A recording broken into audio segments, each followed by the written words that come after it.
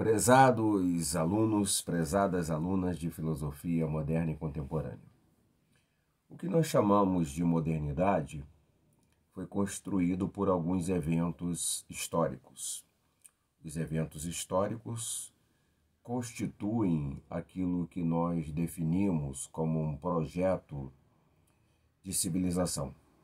A burguesia no século XV, através do capitalismo e através de outras concepções de mundo, vai organizar um novo cenário civilizatório na Europa, e esse cenário civilizatório vai se desdobrar em outras partes do planeta, a ponto de se tornar uma realidade planetária. Hoje mesmo, no contexto do século XX, século XXI, quase que podemos falar de uma ordem global sob hegemonia dos princípios capitalistas, dos princípios liberais, sobretudo pela força dos Estados Unidos da América a partir da Segunda Guerra Mundial e da Primeira Guerra Mundial também, como um país que exerce uma influência decisiva no contexto do mundo em termos de força econômica e de ação imperialista através de ações militares, bélicas, mas também através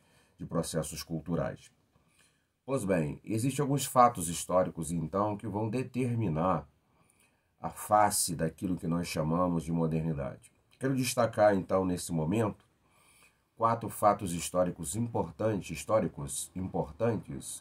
para a compreensão do mundo moderno. O primeiro deles é aquilo que nós definimos como o humanismo renascentista ou renascimento.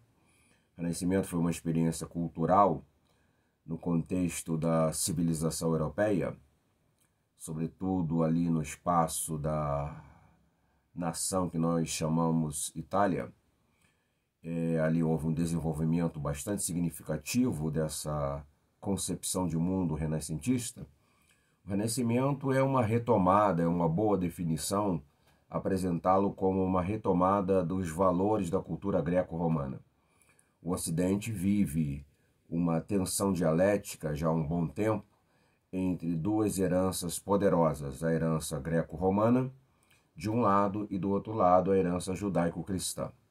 Uma distinção que poderia ser feita entre essas duas concepções civilizatórias é que a herança judaico-cristã é uma herança muito fundamentada em valores metafísicos, diz respeito à questão de uma ética que provém da existência de um Criador e a concepção mesmo de mundo marcada por valores espirituais e por uma perspectiva do transcendente como sendo um elemento decisivo para o imanente, para o histórico, para aquilo que os seres humanos vivenciam em termos de organização de sua vida social. Por outro lado, a cultura greco-romana seria uma cultura mais marcada pela influência da filosofia grega, que seria um ideal mais humanista, mais antropocêntrico, e um ideal mais firmado numa razão que não está a serviço de uma revelação, mas a serviço de si mesma,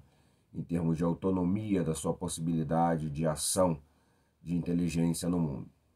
É evidente que existem processos de interação dialética entre esses dois cenários, mas assim numa lógica um tanto weberiana para falar de um tipo ideal, poderíamos conceber sim a herança judaico-cristã como uma herança de determinação de valores metafísicos, enquanto que a herança greco-romana seria uma herança de uma ação de razão autônoma, autonomia racional propriamente dita. Esse humanismo renascentista é muito importante, ele vai influenciar decisivamente o mundo das artes na Europa Ocidental, no primeiro momento. Ele se dá no contexto renascimento das artes e da literatura. Surge aí a pintura renascentista, figuras como Rafael, importante pintor renascentista, e do ponto de vista da literatura, figuras proeminentes e extraordinárias, e entre elas William Shakespeare. Então é um momento de produção de uma cultura extraordinária no Ocidente. Ainda hoje contemplamos esse mundo cultural renascentista com uma admiração pela produção literária que ele foi feita e pela produção das artes em geral. é uma ação de pensamento com uma tendência à secularização, com uma tendência de neutralizar a influência do elemento religioso na ação da inteligência no que diz respeito à produção da arte. Mais especificamente, esse processo de racionalização que a Europa vai vivenciando no contexto do mundo moderno vai se dar em algumas esferas, na política, através do nacionalismo dos estados nacionais, vai se dar na esfera da filosofia um pouco mais adiante com o iluminismo, e vai se dar no mundo das artes e da literatura através do Renascimento. O Renascimento, com a sua cosmovisão humanista, ele tem um ideal que já está lá registrado no mundo filosófico grego, uma declaração de um dos filósofos gregos, que o homem é a medida de todas as coisas. Tudo que se pensa é em função do homem. E quem pensa o homem é o próprio homem. Homem aqui no sentido de humanidade. Então tudo está centralizado, tudo está dentro de uma dinâmica daquilo que o homem é e pode ser e pode pensar sobre o que ele é e pode ser. Essa expressão de cultura que o Renascimento vai introduzir vai claramente marcar uma ruptura com o mundo da concepção e da cosmovisão de cultura da Idade Média.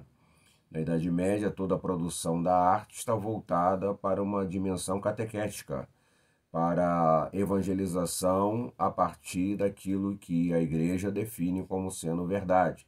Então, todos os elementos de produção de conhecimento do mundo medieval, de uma forma ou de outra, dialogam com o universo de uma concepção metafísica, espiritual e transcendente, e teológica.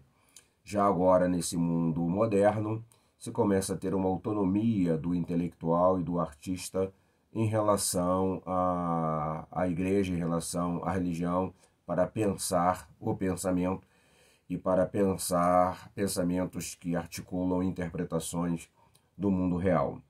Tem algumas figuras importantes nesse período do Renascimento que eu destaco. O Erasmo de Roterdã, com seu Elogio da Loucura, essa obra bastante conhecida, data de 1511, que é uma crítica escolástica. Então, o Erasmo quer criticar o mundo da filosofia escolástica, que era uma filosofia onde a teologia ditava as possibilidades de conclusão. Toda a filosofia medieval trabalha no sentido da afirmação da existência de Deus e trabalha no sentido da afirmação dos valores da revelação bíblica, escriturística, isso dentro de um ângulo da percepção desse tipo de realidade gerada pelo catolicismo. Temos uma figura como Thomas Moros, de 1516, a obra Utopia, que é uma obra também bastante importante, bastante interessante, que mostra bem qual é o espírito dessa época, porque nessa obra o Moros está falando sobre a questão da tolerância religiosa, um tema que hoje já não se discute mais.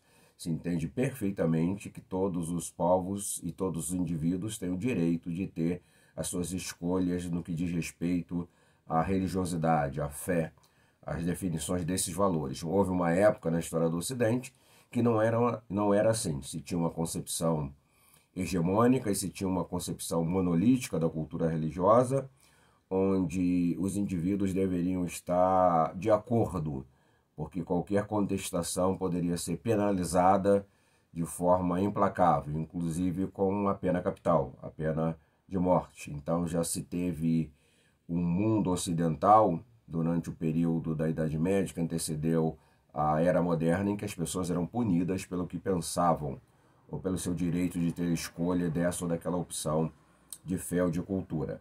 Esse mundo, então, humanista renascentista, é um mundo que tem figuras importantes, e Maquiavel seria outra figura a ser citado, porque com a sua obra O Príncipe, ele está falando da autonomia da autoridade do governante. O governante tem uma autonomia para pensar as esferas de governabilidade, e não devem pensar essa governabilidade a partir da determinação do pensamento religioso ou teológico.